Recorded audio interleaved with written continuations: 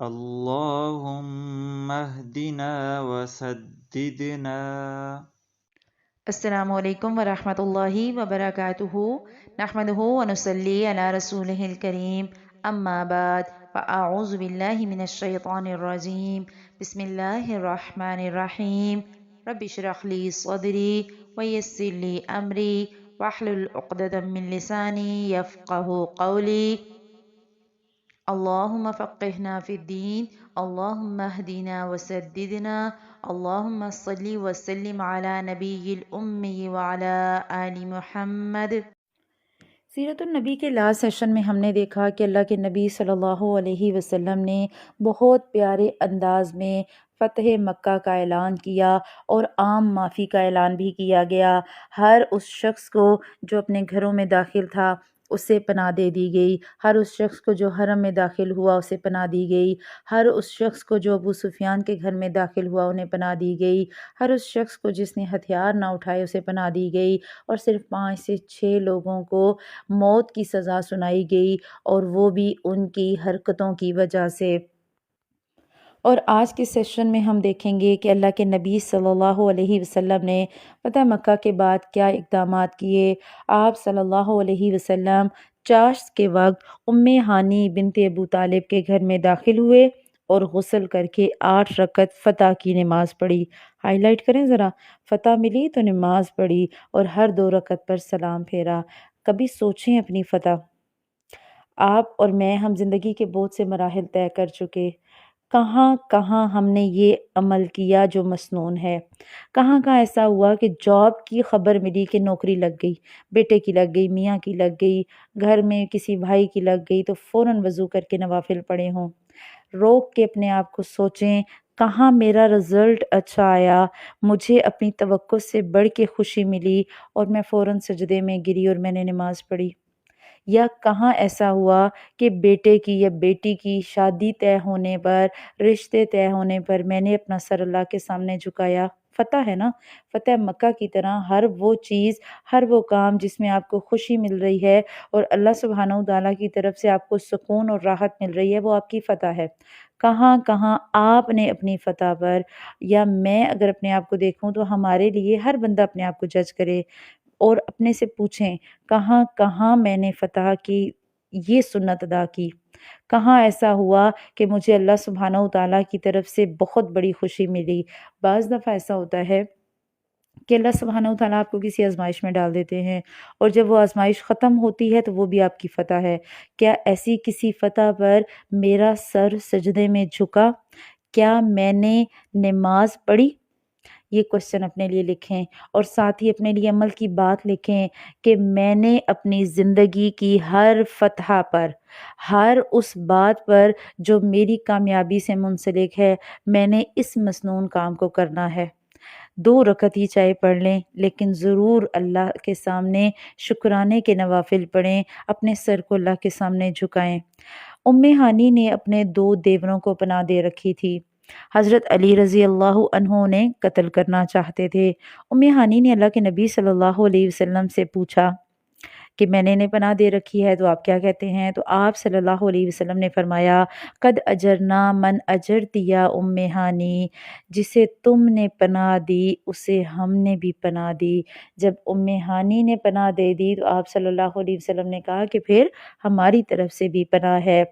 نماز ظہر کا وقت ہوا تو اللہ کے نبی صلی اللہ علیہ وسلم نے حضرت بلال رضی اللہ عنہ کو حکم دیا، انہوں نے کعبے کی چھت پر اذان دی اور یہ غلبہ اسلام کے اعلان کا اہم حصہ تھا اور یہ مشرکین کو بہت ناگوار بھی تھا، اسی لیے مسلمان تو بہت خوش تھے اور وہ اللہ کا شکر بجا لا رہے تھے، والحمد للہ رب العالمین۔ لیکن جب مکہ کی فتح مکمل ہو چکی، اب کیفیت بدل رہی ہے انصار کی۔ انصار کو یہ اندیشہ ہوا کہ کہیں اللہ کے نبی صلی اللہ علیہ وسلم مکہ میں ہی مقیم نہ ہو جائیں، اور اس کی وجہ یہ تھی کہ آپ صلی اللہ علیہ وسلم کا سارا خاندان اور سارا قبیلہ مکہ میں تھا۔ آپ صلی اللہ علیہ وسلم کا بچپن اور جوانی مکہ میں گزری، لیکن اللہ کے نبی صلی اللہ علیہ وسلم نے انصار کے سندیشے کو بھانپ لیا۔ آپ صلی اللہ علیہ وسلم صفا پر ہاتھ اٹھائے دعا فرما رہے تھے، اور جب دعا سے فارغ ہوئے تو فرمایا معاذ اللہ، اللہ کی پناہ، المحیا محیاکم، اب زندگی تمہارے ساتھ ہے، والممات مماتکم، اور موت بھی تمہارے ساتھ ہے، یعنی میری زندگی تمہاری زندگیوں کے ساتھ ہے اور میری موت تمہاری موت کے ساتھ ہے، کہ میں زندہ جب تک رہوں تو میں ہی رہوں گا۔ اور آپ صلی اللہ علیہ وسلم کے اس فرمان سے انصار مطمئن ہو گئے، ان کا خوف جاتا رہا اور وہ خوش ہو گئے۔ البتہ اللہ کے نبی صلی اللہ علیہ وسلم نے مکہ میں 19 دن تک قیام فرمایا اور اس دوران آثار اسلام کی تجدید کی۔ کیا مطلب کہ اسلام کی جتنی بھی ضروری چیزیں تھیں جن کی مکہ والوں کو ضرورت تھی وہ انہیں بتایا، اور مکے کو آثار جاہلیت سے پاک کیا، نئے سرے سے حرم کے ستون نصب کیے گئے، اور آپ صلی اللہ علیہ وسلم نے منادی کرا دی، من کان یؤمن باللہ والیوم الآخر، جو شخص اللہ پر اور یوم آخرت کے دن پر یا یوم آخرت پر ایمان رکھتا ہے، فلا یدع فی بیتہ صنما الا کسرہ، تو وہ اپنے گھر میں کوئی بت نہ چھوڑے بلکہ اسے توڑ دے۔ یعنی کہ اگر اللہ پر ایمان ہے اور آخرت کے دن پر ایمان ہے تو اپنے گھروں کو بتوں سے پاک کر دو، اور اپنے جو گھروں میں بت ہیں انہیں توڑ دو۔ ذرا یہاں پر بات ہم چھوٹی سی اپنے بارے میں کر لیتے ہیں۔ جہاں جہاں میں آپ لوگوں کو روکتی ہوں تو یہ روکنے کا مقصد یہ ہوتا ہے کہ ہم جو پڑھ رہے ہیں تو ہم اس سے مستفید کتنے ہو رہے۔ مکہ میں تو شرک تھا، اور اللہ کے نبی صلی اللہ علیہ وسلم نے خانہ کعبہ کو بتوں سے پاک کیا۔ آپ اپنے آپ کو رو کے سوچیں کہ میرے ارد گرد کون سا ایسا بت ہے جسے توڑنے کی ضرورت ہے۔ میں اللہ پر ایمان رکھتی ہوں اور روز آخرت پر ایمان رکھتی ہوں، اس کے باوجود کیا میرا روز آخرت پہ اتنا ایمان ہے کہ میں اللہ کے سامنے کھڑی ہو کے اپنے تمام گناہوں کا جواب دے سکوں؟ کیا میرا حال ایسا ہے کہ میں جب اللہ کے سامنے جاؤں تو میں کہہ سکوں کہ اللہ میں نے تیرے دین پر چلنے کی کوشش کی؟ کیا میرے آگے ایسا کوئی بت تو نہیں آتا؟ کیا ایسا کوئی بت تو نہیں ہے کہ جس کے پیچھے چل کے میں اللہ کے احکامات کو چھوڑ رہی ہوں، میں اللہ کی ناراضگی مول لے رہی ہوں؟ مجھے کس بت کو توڑنے کی ضرورت ہے؟ یہ کوسچن اپنی اسائنمنٹ میں لکھیں، اور اس کا آنسر آپ لوگوں نے اپنے اپنے گروپس میں دینا ہے، بتانا ہے کہ آپ نے اپنے آپ کو جب جج کیا آپ کو کیا لگا۔ کہیں میرے دل میں انا کا بت تو نہیں ہے، کہیں میرے دل میں تکبر کا بت تو نہیں ہے، کہیں میرے دل میں نافرمانی کا بت تو نہیں ہے کہ میں اللہ کے احکامات سن تو لیتی ہوں لیکن میں اس پر عمل نہیں کر سکتی؟ کہیں ایسا تو نہیں کہ میں لوگوں کے سامنے اپنی بڑائی کے چکر میں گناہوں پہ گناہ کرتی جاتی ہوں؟ تو یہ سارے سوالات اپنے لیے لکھیں، اور ہر بندہ اپنے آپ کو جج کرے، ہر بندہ اپنی ذات کو ٹٹولے کہ میں کیا کر رہی ہوں، اور دوسروں پر ایک دم تنقید و ٹونٹ کرنے کے بجائے پہلی اصلاح اپنی کریں۔ جب اپنی اصلاح ہو جائے تو محبت سے دوسروں کو بتائیں۔ اللہ سبحانہ و تعالیٰ نے چاہا اور انداز بیاں آپ کا اچھا ہوا تو یقیناً آپ کے ارد گرد آپ کے چاہنے والے، آپ کے پیارے ضرور ان بتوں سے پاک ہوں گے۔ اللہ کے نبی صلی اللہ علیہ وسلم نے 25 رمضان المبارک کو 30 سواروں کے ساتھ حضرت خالد بن ولید کو عزا اور اس کا بت خانہ گرانے کے لیے نخلا روانہ کیا۔ حضرت خالد نے جا کر اسے گرا دیا۔ یہ جو عزا تھا یہ مشرکین کا سب سے بڑا بت تھا۔ پھر اس کے بعد اللہ کے نبی صلی اللہ علیہ وسلم نے رمضان ہی میں حضرت عمر بن عاص رضی اللہ عنہ کو سوا نامی بت خانہ گرانے کے لیے روانہ کیا۔ یہ حذیل کا سب سے بڑا بت تھا، اور اس کا استھان مکے سے شمال مشرق میں 150 کلومیٹر کے فاصلے پر رہات نامی مقام پر تھا۔ حضرت عمر نے اسے جا کر گرا دیا اور اس کا مجاور بت کی بے بسی دیکھ کر مسلمان ہو گیا۔ سٹاپ کر لیں یہاں پر۔ بتوں کا مجاور ہے، ان کی دیکھ بھال کرتا ہے، ان کی پوجا کرتا ہے، لیکن جب مسلمان گئے اور مسلمانوں نے اس بت کو توڑ دیا اور وہ بت اپنا دفاع نہ کر سکا، تو بتوں کا مجاور یہ سب دیکھ کر مسلمان ہو گیا، وہ اس بے بسی کو دیکھ کر مسلمان ہو گیا۔ تو آپ اور میں شکر ادا کریں اس مالک کا، الحمدللہ ثم الحمدللہ، اس نے ہمیں باشعور مسلمان بنایا، اس نے ہمیں ایسے گھرانوں میں پیدا فرمایا کہ ہم ٹوٹے پھوٹے ہی سے ہی مسلمان ہیں۔ ہمارے دلوں میں آج بھی اپنے اللہ سے اور اپنے پیارے حبیب صلی اللہ علیہ وسلم سے حقیقی محبت ہے۔ آج ہم میں سے ہر بندہ ایسا ہے کہ اللہ کے نام پر یا اپنے پیارے نبی صلی اللہ علیہ وسلم کے نام پر لڑنے اور مرنے کو تیار ہے۔ کمی کہاں ہے ہمارے عمل میں؟ ہم نے عملی کمی کو دور کرنا ہے۔ ہمارے دل آج بھی اللہ اور اس کے رسول اور اس کے پیارے حبیب صلی اللہ علیہ وسلم کی محبت سے لبریز ہیں۔ ہمیں ضرورت ہے اپنے نفس کو جگانے کی، اپنے نفس کو مارنے کی ضرورت ہے، ہمیں ضرورت ہے اس بندہ مومن کو اٹھانے کی، ہمیں اپنی روحوں کو جگانے کی ضرورت ہے۔ ہماری روحیں اگر جاگ جائیں گی، ہمارے دل جاگ جائیں گے تو ہمارا نفس کچھ نہیں کر سکے گا۔ اس کے بعد آپ صلی اللہ علیہ وسلم نے سعد بن زید اشہلی رضی اللہ عنہ کو اسی ماہ رمضان میں 20 سواروں کے ساتھ منات کی جانب روانہ کیا۔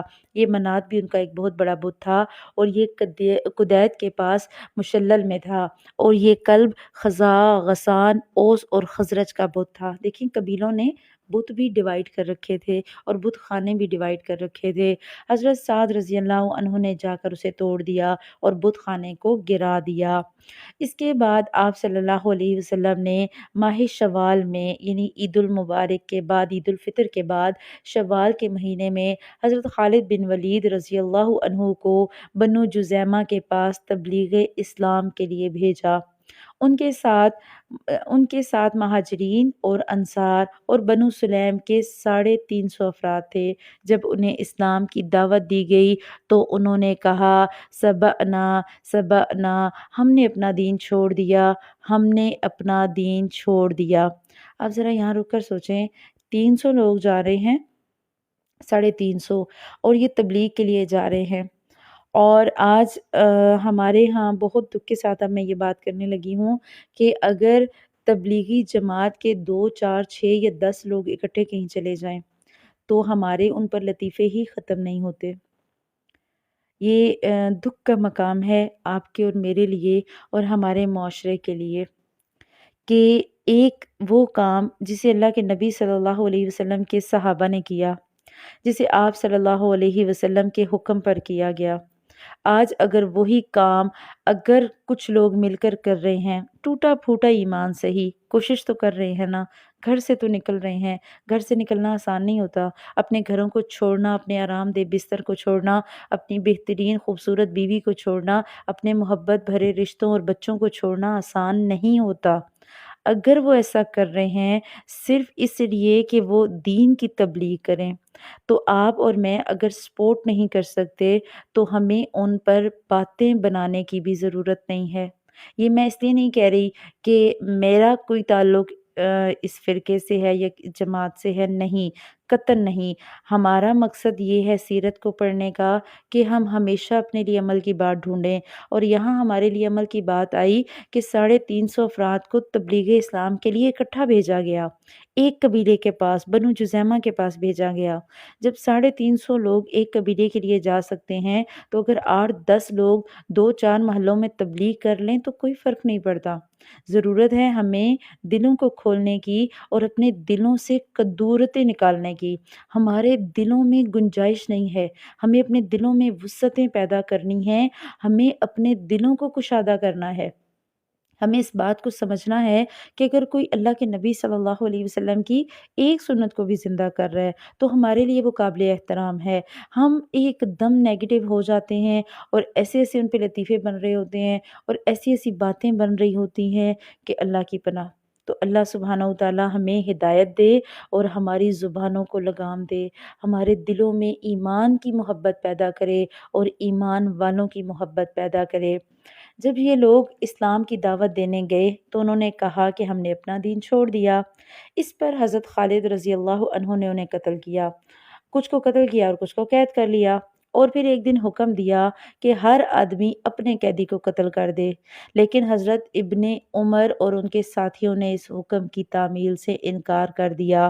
جب یہ لوگ واپس آئے اور اللہ کے نبی صلی اللہ علیہ وسلم سے اس کا ذکر کیا تو آپ صلی اللہ علیہ وسلم نے ہاتھ اٹھا کر 2 بار کہا، اللہم ابرأ الیک مما صنع خالد، اے اللہ خالد نے جو کیا میں اس سے تیری طرف برات اختیار کرتا ہوں۔ اب ذرا سوچیں رک کے۔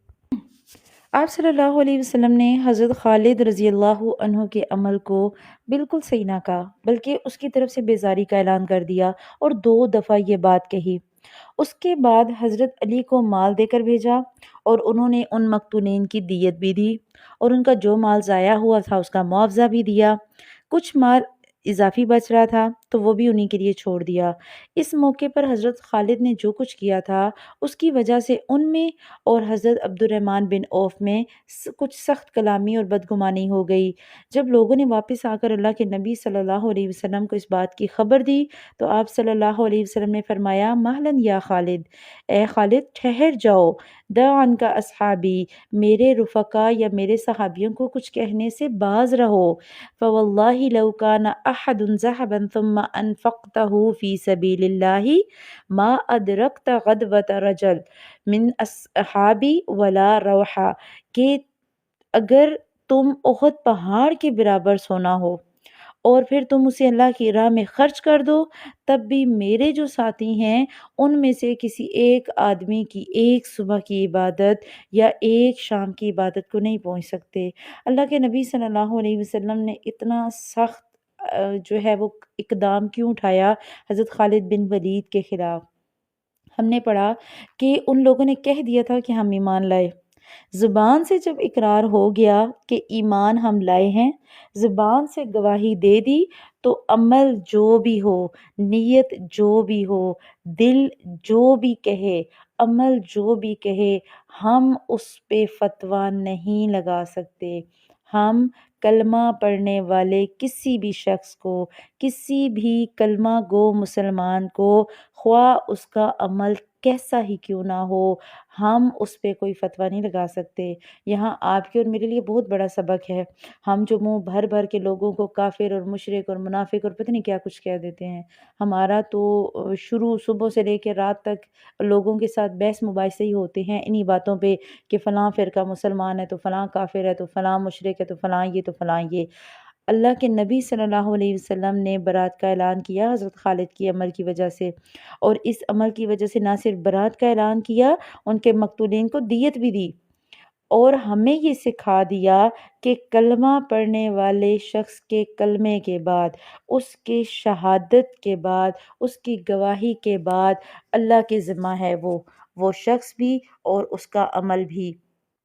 اور اسی سلسلے میں بخاری اور مسلم میں ایک حدیث ملتی ہے حضرت عبادہ بن صامت سے، اور اس میں الفاظ آتے ہیں آپ صلی اللہ علیہ وسلم کے کہ آپ صلی اللہ علیہ وسلم نے فرمایا، من شہد اللہ الہ الا اللہ وحدہ لا شریک لہ، اگر کوئی شخص اس بات کی گواہی دے کہ اللہ کے علاوہ کوئی معبود نہیں اور اس کا کوئی شریک نہیں، وان محمد عبدہ ورسولہ، اور بے شک محمد صلی اللہ علیہ وسلم اس کے بندے اور رسول ہیں، اور جب وہ اس چیز کی گواہی دے لے تو اللہ سبحانہ وتعالیٰ کیا کرتے ہیں، ادخلہ الجنۃ علی ما کان من العمل، کہ اللہ سبحانہ وتعالیٰ ایسے شخص کو جنت میں داخل کریں گے خواہ اس کے اعمال کیسے ہی کیوں نہ ہوں۔